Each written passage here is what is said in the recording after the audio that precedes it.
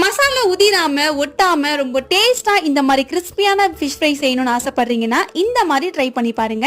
ஒரு சின்ன மிக்ஸி ஜார்ல சீரகம், மிளகு, சோம்பு, ஒரு 4-5 பல்லு பூண்டு, ஒரு சின்ன துண்டு இஞ்சி, ஒரு கைப்பிடி ஃபுல்லா சின்ன வெங்காயம், கூடவே மஞ்சத்தூள், கொத்தமல்லி தூள், கொஞ்சமா உப்பு போட்டுக்கோங்க. ஒரு 3 காஷ்மீர் ரெட் சில்லி, காரத்துக்கு 2 வரமிளகா போட்டு கொஞ்சமா தண்ணி ஊத்தி நல்லா நைஸா இந்த மாதிரி அரைச்சு கொண்டு வந்துருங்க. இப்ப அரைச்ச இந்த பேஸ்ட் கூட 1 டீஸ்பூன் அளவுக்கு ரைஸ் ஃபிளவரும் போட்டுக்கலாம் அல்லது கார்ன்ஃபிளவரும் போட்டுக்கலாம்.